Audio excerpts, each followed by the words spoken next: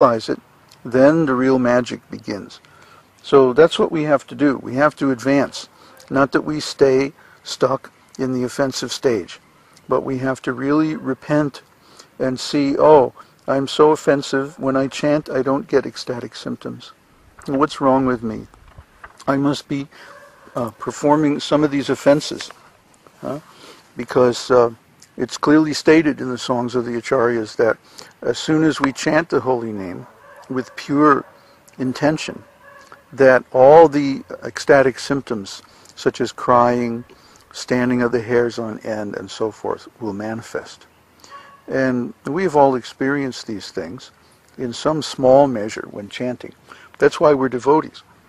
I don't know of any devotee who hasn't experienced some internal revelation of Krishna, some self-revelation of the Supreme, some confidential, internal experience. And that's why we're devotees. That's why we have any trust in the holy name at all. So we should not consider that the glories of chanting are imaginary, but simply that we haven't reached them yet, or they're delayed. The holy name is perfect and complete, and as soon as we utter the holy name, the complete result is there. But we are delaying the result because of our offenses. We're pushing it away. We're blocking it. Blocking it means we're not allowing it to impact our consciousness because we're on the wrong level or the wrong platform of consciousness. So the glories are not imagination, but when we're in the offensive stage, they're simply delayed. And as soon as we correct our offenses, we'll get the full result. And the sixth offense is related to give some interpretation on the holy name of the Lord. You know, this means some speculation or some rationalization that, well, when you chant, you see, it regulates the breathing, and then because of the effects of pranayama, then you get some subtle changes of consciousness and energy, and therefore you start to feel really good, and so on like that. This is not correct. No. The holy name is really transcendental. And there's no need to interpret the holy name of the Lord. If you want to know the meaning of the holy name of the Lord, it's given in the Śrīmad-Bhāgavatam. I mean, the whole Śrīmad-Bhāgavatam is the meaning of the holy name of the Lord. Okay? Especially the Hare Krishna mantra. If you want to know the meaning of the Hare Krishna mantra, it is the entire Śrīmad-Bhāgavatam. It takes that much to explain the meaning of this simple mantra. Because the purport is extremely deep. It includes the entire science of rasa, the entire Sankhya philosophy, the theistic Sankhya philosophy. It includes the meaning of Vedanta. It's very big. So one should study Śrīmad-Bhāgavatam very carefully and realize the meaning of the holy name in that way. The seventh offense is to commit sinful activities on the strength of the holy name of the Lord. It should not be taken that because by chanting the holy name of the Lord one can be freed from all kinds of sinful reaction, one may continue to act sinfully and after that chant Hare Krishna to neutralize his sins. Such a dangerous mentality is very offensive and should be avoided. So everybody does this to some extent when they first become a devotee. Oh, I'll chant Hare Krishna, but I can't stop my sins right away. I'll continue to commit some of my sinful activities, but then I'll chant and I'll get purified.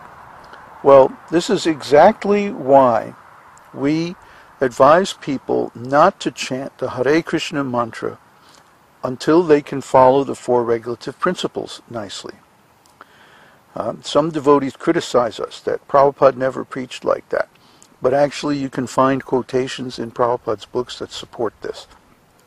That if one is not sufficiently educated or not sufficiently developed in his devotional life, his spiritual life, or his purity, that one should not chant the Hare Krishna mantra or worship Radha Krishna, because the Hare Krishna mantra is the direct personification of Radha and Krishna.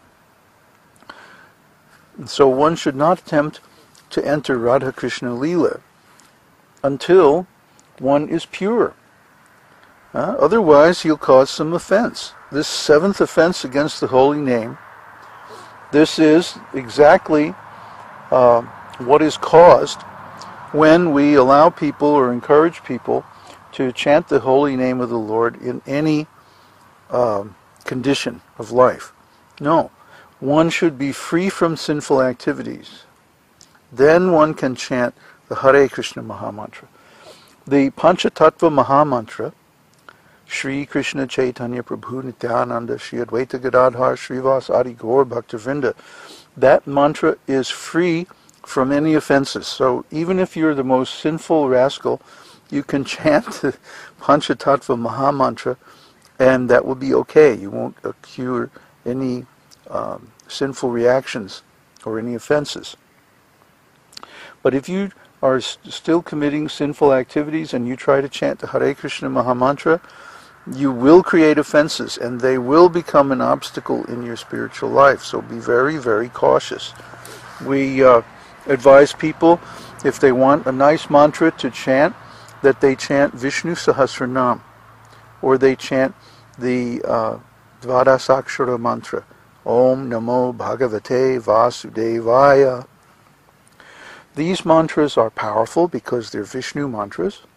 They'll give all benedictions that one could ever want, but they are made for people who are not perfectly pure. People who still have some personal desires or some desire to enjoy material opulence or even spiritual opulences. But those who chant the Hare Krishna Mahamantra, they need to be completely pure because of the nature of the mantra, the mood of the mantra. It's very, very dangerous to commit sinful activities and chant the Hare Krishna Mahamantra. So please don't do it. This is one of our unique principles and how we avoid so many disasters. See, when Srila Prabhupada was teaching, he had temples. And generally, people would come to the temples and go to the Sunday feasts, for example, and in that atmosphere they would be purified. And at least while they were there, they weren't performing any sinful activities. You see? And so they also had immediate access to the temple. If they wanted to become a devotee, that's how you became a devotee. You moved into the temple. So nowadays, we don't have such a fortunate situation, especially preaching over the internet. We have no idea what kind of activities people are involved in.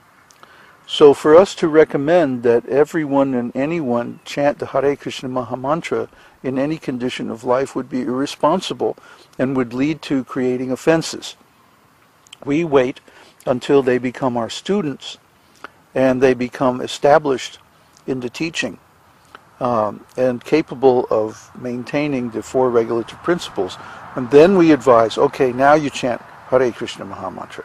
Up until then, you chant Dvadashakshara mantra, you chant Panchatattva mantra, or you chant Vishnu Sahasranam, or all of those. And that will help you resolve your material issues and reach the stage of purity to where you can chant Hare Krishna. The eighth offense is to consider the chanting of Hare Krishna one of the auspicious ritualistic activities offered in the Vedas as fruitive activities, karma kanda. So the aim of the Hare Krishna mantra is not fruitive gain. That means material advancement in the sense of pious activities, economic development, sense gratification, and liberation. Actually, chanting the Hare Krishna mantra can offer all of those things, but those are secondary. The real result of chanting the Hare Krishna mantra is that one develops love for Krishna. And this is the most profound gift. This is the greatest thing, the best thing. So don't think that by chanting this mantra I will get material benefits. Well, you will. but not by asking for them, not by desiring them, but because Krishna is present in his name and he can see, oh, you need something to eat, you need a place to live. You're my devotee, so I'm going to protect you. And then he'll give you access to some association of devotees or some means of livelihood, or he'll arrange somehow or other to protect his devotee. He always does. This is my experience. This is the experience of many devotees. So if you're worshiping Krishna nicely, he will take care of you. You don't have to consider that by chanting the mantra, now I'm going to get something out of it. That's called karma kanda.